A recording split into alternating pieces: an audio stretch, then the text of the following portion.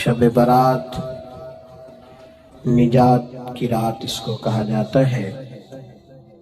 میں ویسے بھی رسمی تقریر نہیں کیا کرتا، اور آج تو میں سمجھتا ہوں کہ ہمیں کچھ منزل نواز باتیں کرنی چاہیے۔ ہماری ذہنی سطح کس تربیت کی متقاضی ہے، اور ہمیں اب کس سمت اپنے سفر کو لے کر کے آگے بڑھنا ہے، اس تعلق سے کچھ باتوں کی اصلاح، کچھ نئے اہداف۔ یہاں خانقاہی نظم میں جتنے لوگ وابستہ ہیں ان سے میری گزارش ہوگی کہ وہ دلوں کے کشکول کھول کر اس فقیر بے نوا کی باتوں کو سنیں۔ میں آپ کے سامنے درد دل رکھنے جا رہا ہوں۔ میں کچھ ایسی گزارشات کرنا چاہتا ہوں جو صرف اپنوں سے کی جا سکتی۔ میں جس طرح کا سفر اپنے احباب کے ساتھ کرنا چاہتا ہوں، اس کے تعلق سے کچھ اہم باتیں بڑا سوچ کر، بڑا سمجھ کر۔ اس طرح کبھی زمانہ ہوتا تھا نا خط لکھنے کا، تو جو لوگ خط لکھتے تھے نا، ٹیلی فون پہ تو لوگ فی البدی بول دیتے ہیں نا جو من میں آتا ہے، اور کچھ تھوڑے سے پرانے لوگ جانتے ہوں گے کہ جو لوگ خط لکھتے تھے وہ لکھتے تھے اور سمجھتے تھے کہ عبارت ٹھیک نہیں، پھر پھاڑ دیتے تھے، پھر نئی جملوں کے ساتھ، نئی حسن کے ساتھ نئی عبارت کو تشکیل دیا جاتا تھا، اور کئی دفعہ وہ بھی اس شخص کے قابل نہیں ہوتی تھی جسے وہ خط بھیجنا ہوتا تھا۔ تو سوچ کر، سمجھ کر، پرکھ کر کئی صفحات کو ضائع کر کے ایک مضمون تیار کیا جاتا تھا، اور وہ محبت نامہ اپنے بزرگوں کو، دوستوں کو، بھائیوں کو، عزیزوں کو روانہ کیا جاتا تھا۔ میں بھی آج ایک محبت نامہ آپ کی خدمت میں پیش کرنے جا رہا ہوں۔ قرآن مجید سے میں نے ایک آیہ کریمہ تلاوت کی ہے۔ اللہ کریم نے فرمایا وَمِنَ النَّاسِ مَن يَشْرِي نَفْسَهُ ابْتِغَاءَ مَرْضَاتِ اللَّهِ۔ فرمایا کوئی آدمی ہے جو اپنی جان ہی بیچ دیتا ہے، اپنی جان ہی بیچ دیتا ہے کوئی شخص۔ کس رستے میں بیچ دیتا ہے؟ مرضات اللہ، اللہ کی رضا تلاش کرتے ہوئے۔ اس رستے میں اس نے اپنی ساری زندگی بیچ ڈالی، لیکن اس کا مقصود یہ تھا کہ مجھے میرا رب مل جائے، میرے رب کی رضا مل جائے، اللہ اور اس کے رسول کی محبت کا حصول میرے لیے آسان ہو جائے۔ اس رستے میں اس نے جان ہی بیچ دی۔ مالک نے اس آیت میں یہ نہیں فرمایا اسے کیا دوں گا، اجر کیا ملے گا، اس کا ثواب کتنا ہے، جنت کہ کس درجے میں اسے رکھا جائے گا۔ فرمایا کوئی آدمی ہے، کچھ لوگ ہیں جو اپنی جان ہی بیچ دیتے ہیں اللہ کی رضا تلاش کرنے میں۔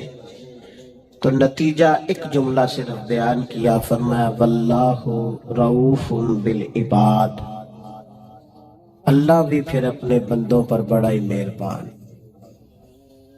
اس جملے نے بات کو اتنا کھول دیا ہے، اتنا واضح کر دیا ہے۔ فرمایا اگر تم نے میری خاطر، نبی پاک صلی اللہ علیہ وسلم نے ارشاد فرمایا جب شعبان کی 15ویں رات آئے تو رات کو بیدار رہا کرو اور صبح کو روزہ رکھا کرو۔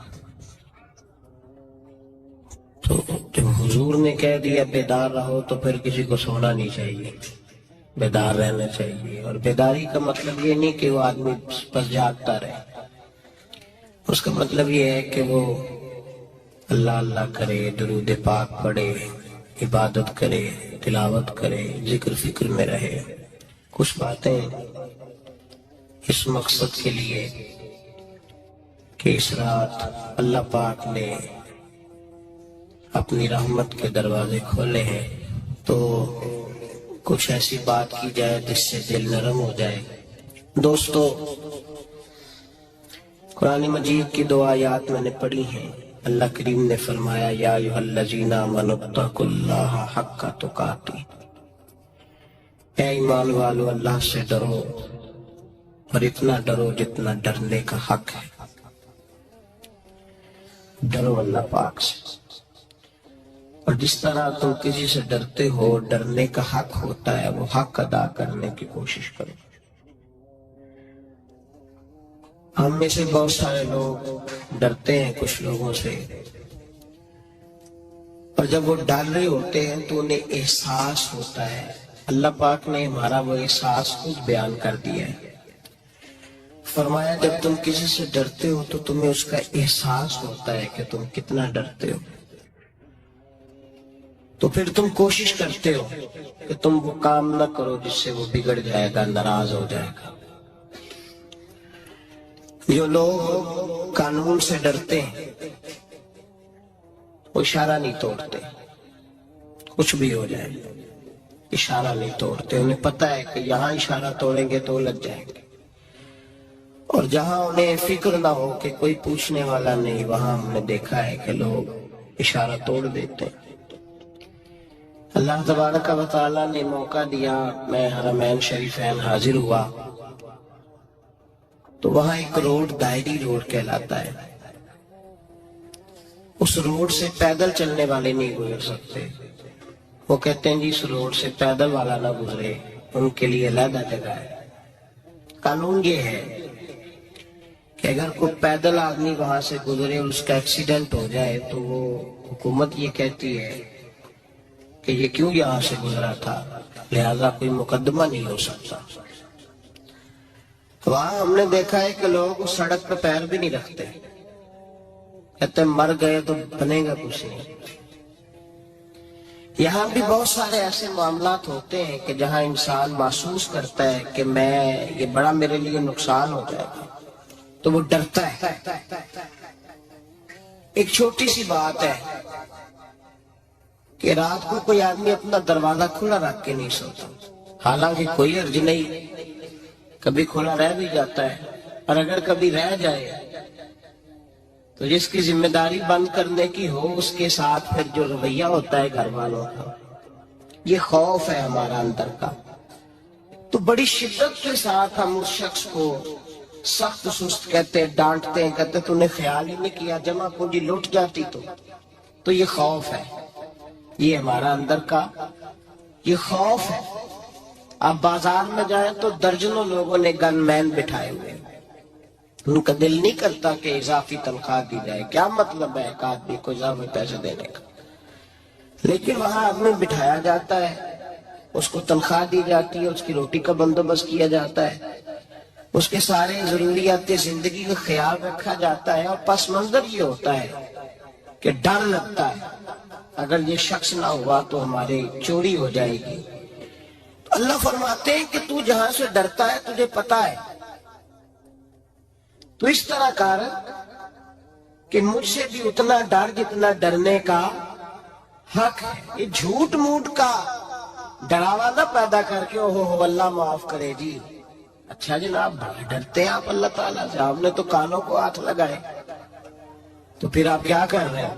اللہ معاف کرے جی میں تو بات نہیں کرتا، بس 2-4 آدمیوں کی پگڑی اچھالوں گا، اس سے زیادہ نہیں۔ ڈر لگتا ہے جی بات کرتے ہو، 15-20 آدمی بس میرے قابو آئے۔ یہ کس قسم کا ڈر ہے؟ ڈرنے کا حکم دیا، اور میرے رسول کریم سید عالم صلی اللہ تعالی علیہ وآلہ وسلم نے ارشاد فرمایا کہ تو رب کریم سے دنیا میں ڈر جا، اس طرح ڈرنے کا حق ہے۔ جب قیامت کا دن آئے گا تو اللہ تجھے ڈرائے گا نہیں بلکہ اپنی رحمت کی چھاؤں میں جنت میں داخل کر دے گا۔ یہاں ڈر، ایک جگہ تو اللہ نے فرمایا ڈرو، اور کچھ جگہوں پہ فرمایا کہ جو میرے علم والے بندے ہیں نا، جن کو میں نے علم دیا ہے، عالم ہیں، ان کے بارے میں فرمایا کہ ان کے دلوں میں میری خشیت ہے۔ انما یخشی اللہ من عبادہ العلماء، اللہ کے بندوں میں سے جو علم والے ہیں وہ اللہ کی خشیت رکھتے ہیں۔ قرآن نے ایک جگہ کہا ڈرو، خوف کا لفظ بھی استعمال کیا، وَلِمَنْ خَافَ مَقَامَ رَبِّهِ جَنَّتَانِ، خوف بھی ہے اور خشیت بھی ہے۔ ان دونوں کا معنی ایک ہی ہے، ڈرنا، خوف کا معنی بھی اور خشیت کا معنی بھی، ڈرنا۔ جب آپ علماء لغت کو پڑھیں گے، عربی ادب کو جاننے والے لوگوں کا مطالعہ کریں گے تو انہوں نے یہی لکھا ہے کہ ان دونوں کا معنی ڈرنا ہے۔ میری طرف دیکھیے، توجہ کریں، کچھ سمجھانے لگا ہوں، اس نقطے کو ضرور سمجھیے گا۔ خشیت کا معنی بھی ڈرنا ہے، خوف کا معنی بھی، لیکن جب صوفیاء کے پاس جائیں نا، صوفیاء جو قرآن و سنت کی روح کی تفسیر کرنے والے ہیں، تو وہ کہتے ہیں نہیں، خشیت اور خوف میں فرق ہے، خوف اور ہوتا ہے، خشیت صوفیاء اس کی تفسیر اور کرتے ہیں۔ وہ کہتے ہیں خوف بھی ہوتا ہے اور خشیت بھی ہوتی ہے، الگ الگ چیزیں ہیں، ایک نہیں۔ بڑی خوبصورت بات ہے، اگر آپ سمجھ گئے تو آپ کو فائدہ دے گی۔ صوفیاء یہ کہتے ہیں کہ بھائی خوف ہوتا ہے اپنے گناہوں کا، کہ میں نے یہ گناہ کیے ہیں، اگر اللہ نے مجھ سے پوچھا تو مجھے بڑا خوف آتا ہے، مار پڑے گی، یہ خوف ہے۔ پھر سمجھ لیں، ایک آدمی نے حرام کا مال اکٹھا کیا ہے زندگی میں، معاذ اللہ اس نے بڑے پاپ کیے، گناہ کیے، شراب پی، بدکاری کی، معاذ اللہ تعالیٰ ثم معاذ اللہ۔ اب اسے ڈر لگ رہا ہے کہ اللہ تبارک و تعالیٰ نے پوچھا تو میں کیا جواب دوں گا، یہ خوف ہے۔ اور خشیت یہ ہے کہ ایک آدمی سارا دن نماز پڑھتا ہے، روزہ رکھتا ہے، عبادت کرتا ہے، اللہ کو یاد کرتا ہے، پھر بھی ڈرتا ہے، یہ خشیت ہے، یہ خشیت ہے۔ جو گناہوں سے ڈرے وہ خوف ہے، اور جو رب کی ناراضگی سے ڈرے وہ خشیت ہے۔ جو کہے یار میرا رب کہیں ناراض نہ ہو جائے، میرا رب کہیں مجھ سے، بڑی خوبصورت مثال دی۔ میں نے اپنے صاحب سے پوچھا کہ حضور یہ مسئلہ کیا ہے، تو فرمانے لگے ایک بادشاہ نے ایک غریب کی بیٹی اسے پسند آ گئی تھی، تو اس نے عزت کے ساتھ اس سے شادی کر لی، رشتہ بھیج کے، وقار کے ساتھ۔ بیٹی کا باپ اپنی بیٹی کے مقدر پر رشک کرنے لگا کہ میری بیٹی کو بادشاہ نے پسند کیا ہے، بادشاہ کے شہزادے نے رشتہ بھیج دیا ہے۔ شہزادہ بیاہ کے لے گیا بیٹی کو، 20 کنیزائیں، نوکرانیاں اس عورت کی خدمت کرنے پہ لگی ہوئی ہے، توجہ ہے، اس کا ہر حکم ماننے کو تیار ہے، لیکن وہ بی بی سویرے بھی رو پڑتی ہے اور شام کو بھی رو پڑتی ہے، روتی رہتی ہے۔ اس سے کسی نے پوچھ لیا کہ بی بی تو روتی کیوں ہے، 20 کنیزائیں ہیں، گھر میں سکون ہے، عرش ہے، تو روتی کیوں ہے؟ تو وہ کہنے لگی اصل بات یہ ہے کہ جو کچھ مجھے ملا ہے میں اس کے قابل نہیں تھی، تو میں ڈرتی ہوں میرا سائیں کہیں ناراض نہ ہو جائے، وہ ناراض نہ ہو جائے، میں قابل نہیں تھی، میری اوقات نہیں تھی، یہ من عالم کے من دانم، میں جو ہوں اس کا مجھے پتا تو ہے، اس نے میری حیثیت سے، میری اوقات سے، میرے ظرف سے، میری محنت سے بڑا بڑھ کے مجھے عطا کر دیا، میری چونکہ اوقات سے زیادہ دے دیا تو میں ڈرتی ہوں وہ ناراض نہ ہو جائے، کہیں میری یہ کھیل، یہ جو میں نے گھونسلہ بنایا ہے یہ کہیں میرا ٹوٹ نہ جائے۔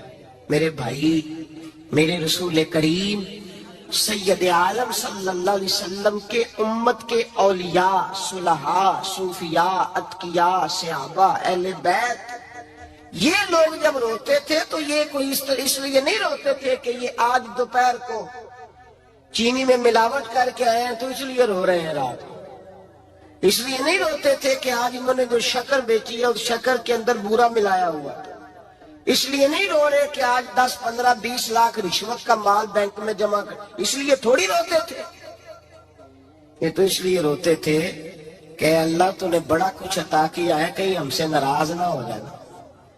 یہ تو اس کی خشیت میں رو رہے تھے۔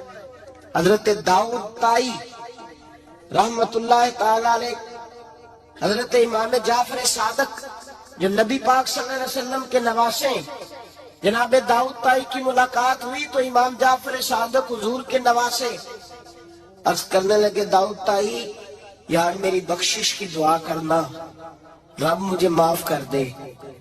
تو حضرت داؤد طائی رحمت اللہ علیہ فرمان لگے، امام صاحب آپ حضور کے نواسے ہیں، میں نے دعا کرنی ہے کہ آپ نے میرے لیے کرنی ہے۔ تو حضرت امام جعفر صادق رو پڑے، کہنے لگے یار تو نہیں کرنی ہے، اور اسی لیے تو تجھ سے دعا کرا رہا ہوں کہ کہیں ایسا نہ ہو نانا مصطفیٰ کی بارگاہ میں جاؤں تو وہ مجھے کہیں کہ میں کس طرح کا تھا تو کس طرح کا بن کے آیا ہے۔ یہی تو دعا کرانی ہے کہ میرے لیے دعا کر۔ جو جتنا بڑا ہوتا تھا نا اتنی زیادہ خشیت ہوتی ہے، اور گناہگار کے تو اللہ تبارک و تعالیٰ بعضوں کا سزا دیتا ہے، آنسو شرب ہو جاتے ہیں۔ اس کو تو اپنے گناہوں پہ رونا ہی نہیں آتا، وہ تو روتا ہے بچہ نہ ہو تب روتا ہے، وہ تو روتا ہے پیسے نہ ہو تب روتا ہے، وہ تو اس وقت روتا ہے جب اس کا مال چلا جائے۔ اس کو تو بعضوں کا گناہگار کو تو بعضوں کا سزا ملتی، اللہ فرماتے تو دنیا کے لیے روئے گا، میرے لیے نہیں رو سکتا۔ اور جو رب کریم کے بندے ہوتے ہیں انہیں اللہ کہتا ہے تو دنیا سے بے نیاز ہے، تیری آنکھ سے آنسو جب بھی ٹپکے یا میرے لیے ٹپکنا چاہیے یا محمد مصطفیٰ کے لیے ٹپکنا چاہیے۔ آپ اگر اس بات کو تھوڑا سا غور کے ساتھ سمجھے تو تمام اولیاء صلحات کیا یہ رو رہے ہیں، تڑپ رہے ہیں۔ کیا اس کی وجہ تھی؟ نمازیں کم رہ گئی تھی، روزوں میں کمی تھی، فرائض ادا نہیں کرتے تھے کہ رویا کرتے تھے؟ کیوں روتے تھے؟ حضرت سیدنا عمر فاروق رضی اللہ تعالیٰ عنہ کے بارے میں صحابہ کہتے جناب عمر فاروق جب نماز پڑھاتے اتنا رویا کرتے تھے کہ 7ویں صف تک ان کے رونے کی آواز جایا کرتی، 7ویں صف تک ان کے رونے کی آواز جاتی۔ ہم لوگ بن کے بیٹھ گئے ہیں، ہم لوگ بن کے بیٹھ گئے، ہم یہ سمجھتے نہیں کہ ہماری حیثیت کیا تھی اور رب کریم نے ہمیں نوازا کیا ہے۔ آپ پڑھیے کتابیں، میرے رسول پاک صلی اللہ علیہ وسلم فرماتے ہیں میرا عمر جس گلی سے گزرے شیطان رستہ بدل جاتا ہے۔ نبی پاک فرماتے ہیں میرا عمر جب تک دنیا میں رہے گا دوزخ کو تالا لگا رہے گا۔ اس صاحب اسدل غابہ نے لکھا ہے نبی پاک صلی اللہ علیہ وسلم نے حضرت جبریل امین کو بلایا، فرمایا چل میرے عمر کی شان بیان کر۔ تو حضرت جبریل امین علیہ السلام عرض کرنے لگے یا رسول اللہ صلی اللہ علیہ وسلم 950 سال اگر اللہ مجھے عمر دے، 950 سال رب عمر دے اور پھر بھی میں عمر فاروق کے فضائل بیان کروں تو میں نہیں کر سکتا، عمر کی شان میں نہیں بیان کر سکتا، 950 سال بھی اگر میری عمر ہو۔ نبی پاک نے فرمایا پھر میرے ابو بکر کے بارے میں عرض کی یا رسول اللہ ابو بکر کی تو بات اس سے بہت آگے کی ہے نا، وہ نبی پاک کتنی عظمت بیان کر رہے ہیں، کس قدر زیادہ رسول کریم صلی اللہ تعالی علیہ وآلہ وسلم ان کی عظمت بیان کرتے۔ حضرت عمر کیا کہتے ہیں، وہ لوگوں کو بتاتے پھرتے ہیں کہ تم نے دیکھا ہے نا میری کتنی عظمت ہے، وہ یہ نہیں کہتے۔ حضور فرماتے ہیں عمر کی بڑی شان بڑی شان بڑی شان، اور عمر کے پاس جب بھی کوئی جاتا ہے کہتے ہیں عمر آپ کا کیا مقام ہے، تو عمر فرماتے ہیں میں تو اونٹ چرانے والے کا بیٹا ہوں، میں تو اونٹ چرانے والے کا بیٹا ہوں، میں تو اونٹ چرایا کرتا تھا، میں تو 10 اونٹ نہیں سنبھال سکتا۔ حضرت فاروق اعظم رضی اللہ تعالیٰ عنہ سے کو پوچھتے جناب عمر آپ کا کیا حال ہے، تو آپ فرماتے یہ تو میرے مقدر ہے کہ میری بہن نے قرآن سنایا تو میں در رسول تک پہنچ گیا، ورنہ مجھے پوچھنے والا کوئی نہ ہوتا۔ کبھی جناب علی المرتضیٰ کا بازو پکڑ کے کہتے ہیں علی تو نہ ہوتا تو عمر ہلاک ہو جاتا۔ بھائی حضور شانیں بیان کرتے، نبی پاک کہتے ہیں میرے ابو بکر نے احسانات کیے، بڑے احسانات کیے، میں نے سب کا بدلہ چکا دیا، ابو بکر کا نہیں چکایا، اللہ کی بارگاہ میں عرض کروں گا یا اللہ تو ہی سے بدلے دے۔ اور جناب ابو بکر صدیق سے کوئی پوچھتا ہے ابو بکر آپ کا کیا حال ہے، ابو بکر صدیق فرماتے ہیں مجھ سے میرے اندر کا عالم نہ پوچھو، اگر قیامت کے دن اعلان ہوا نا کہ سارے لوگ بخشے گئے ایک باقی بچا ہے تو مجھے ڈر لگتا ہے کہ ابو بکر ہی بچ جائے گا جو نہیں بخشا جائے گا، مجھے ڈر آتا ہے۔ تو بھائی بن کے بیٹھ گئے لوگ، لوگوں کو پوچھ کر کے دیکھیں، کہتے ہیں کیا پاک کیا ہے، کیا ہو گیا؟ خشیت سے کانپتی ہوئی روحیں، تڑپتے ہوئے میرے رسول پاک کے غلام، اولیاء اللہ صوفیاء کرام کے رونگٹے کھڑے ہیں رب کریم کے خوف سے۔ جو جتنا مالک کو جانتا ہے اتنا کانپ رہا ہے، اتنا ڈر رہا ہے۔ جس کی آنکھوں سے آنسو خشک ہے، مطلب یہ ہے یہ رب کو جانتا ہی نہیں، اسے کیا خبر اس کا جلال کتنا ہے، اسے کیا خبر اس کا عذاب کتنا ہے، تو کیا جانے۔ ان بطش ربک لشدید، جب وہ پکڑتا ہے تو بڑا سخت پکڑتا ہے۔ حضرت عثمان غنی کو 3 دفعہ میرے نبی پاک نے فرمایا جنتی ہے، جنتی ہے، العثمان فی الجنہ، العثمان فی الجنہ، العثمان فی الجنہ۔ 3 دفعہ حضور نے جنت کی بشارت دی۔ میرے مصطفیٰ کریم نے فرمایا میرا عثمان گلی سے گزرے تو فرشتے بھی اس کی حیا کرتے ہیں۔ جناب عثمان غنی جن کو میرے نبی نے 2 بیٹیاں دے کے کہا عثمان میری 100 بیٹی بھی ہوتی، ایک کے بعد دوسری انتقال کرتی جاتی تو میں ساری تیرے نکاح میں دے دیتا۔ وہی حضرت عثمان غنی قبر پہ کھڑے ہیں حضور کے وصال کے بعد، ایک قبر پہ کھڑے، آنکھوں سے آنسو جاری ہے، داڑھی ساری آنسوؤں سے بھر گئی ہے، روتے ہی جاتے ہیں، روتے ہی جاتے ہیں۔ غلام کہتا عثمان یار رونا ہمیں چاہیے، رونا ہمیں چاہیے، جن کو کوئی بشارت نہیں اور آپ کو تو 3 بشارتیں، روتے کیوں ہو؟ جناب عثمان غنی فرمانے لگے جس مصطفیٰ نے مجھے جنت کی بشارت دی اسی رسول نے فرمایا تھا قبر آخرت کی منزلوں میں سے پہلی منزل ہے، آخرت کی منزلوں میں سے پہلی منزل۔ سوچتا ہوں اگر رب کریم نے عثمان سے حساب پوچھ لیا، حساب کیسے دینا ہے؟ میرے مصطفیٰ کریم نے، یہ تو بات ہے نا جناب عمر کی، یہ تو بات ہے حضرت عمر کی، حضرت ابو بکر کی، جناب عثمان غنی کی۔ اور جس شیر خدا کے بارے میں نبی پاک نے فرمایا علی منی وانا من علی، فرمایا علی اور میں 2 نہیں، میں علی ہوں اور علی میں ہے۔ جن کو فرمایا من کنت مولا ہوں فہذا علی مولا، جس کا میں مولا اس کا علی بھی، اس کا علی بھی۔ جس مولا علی شیر خدا کو یہ درجہ دیا، ولی المرتضیٰ اٹھے ہیں، نماز کا وضو کیا ہے، مصلی کی جانب جانے لگے تو جناب علی کا وجود تھر تھر کانپنے لگا، تھر تھر چھم چھم آنسو برسنے لگے۔ حضرت سیدنا امام حسن آگے بڑھے، ابا جی کیا ہوا؟ میں حسن ڈر رہا ہوں، مالک کی بارگاہ میں جا رہا ہوں، کہیں رب علی کو دھتکار ہی نہ دے، کہیں مالک علی سے حساب ہی نہ پوچھ لے، کہیں اللہ تبارک و تعالیٰ ناراضگی کی نظر سے نہ دیکھے۔ او بھائی ہم لوگ اتنے دلیر، اتنے تگڑے، اتنے سیاہ، اتنے عقل مند، اتنے گناہوں کے پیچھے پہاڑ ہیں، لیکن مجال ہے کہ ایک قطرہ وہ آنسو جو ہم نے سنبھال کے رکھے ہیں دنیا داری پہ بہانے کے لیے۔ کبھی اپنا حساب کر، کبھی سوچ، روز شکوہ کرتا ہے، کہتا ہے میرے پاس پیسے نہیں، گاڑی نہیں، کار نہیں، کوٹھی نہیں، سرمایہ نہیں۔ کبھی سوچ جو کچھ ہے اگر رب کریم میرے اور آپ کے اعمال دیکھے تو ہماری حیثیت ہے کہ وہ سارا کچھ ہمیں دیا جاتا، ہماری اوقات تھی کہ وہ ہمیں دیا جاتا جو اس نے دیا ہے۔ ٹٹول کے دیکھیں، عمر گزر گئی، شکوے کرتے، ذرا پلٹ کے دیکھیں، اگر ہمارے گناہ اور ہماری نیکیاں اکٹھی کی جائیں تو ہم جزا والے نہیں سزا والے نکلتے ہیں معاذ اللہ۔ محمود غزنوی بڑا پیار کرتے تھے ایاز کے ساتھ، بڑا پیار کرتے تھے، نوازا کرتے تھے، روز کوئی نہ کوئی تحفہ ملتا تھا ایاز کو۔ کچھ حسد کرنے والوں نے کہا محمود تو اسے تحفے دیتا ہے اور یہ جنگل میں اسلحہ اکٹھا کر رہا ہے، یہ تیرے خلاف علیحدہ سے فوج تیار کر رہا ہے، کچھ وقت آئے گا یہ تجھے چھوڑ کے علیحدہ سے بادشاہی کا دعویٰ کر دے۔ محمود غزنوی کہنے لگے یہ کس طرح کی بات؟ کہا تمہیں پتہ ہے کہ یاد اثر سے لے کر عشاء تک کہاں رہتا ہے؟ محمود کہنے لگے یار واقعی میں نے کبھی پوچھا تو نہیں۔ شک کا بیج بو دیا، شک کا بیج بو دیا۔ محمود غزنوی کہنے لگے اچھا آج میں پیچھا کروں گا، تفتیش کروں گا، تحقیق کروں گا کہاں جاتا ہے، تحقیق کروں گا۔ محمود غزنوی نکلے پیچھا کرنے،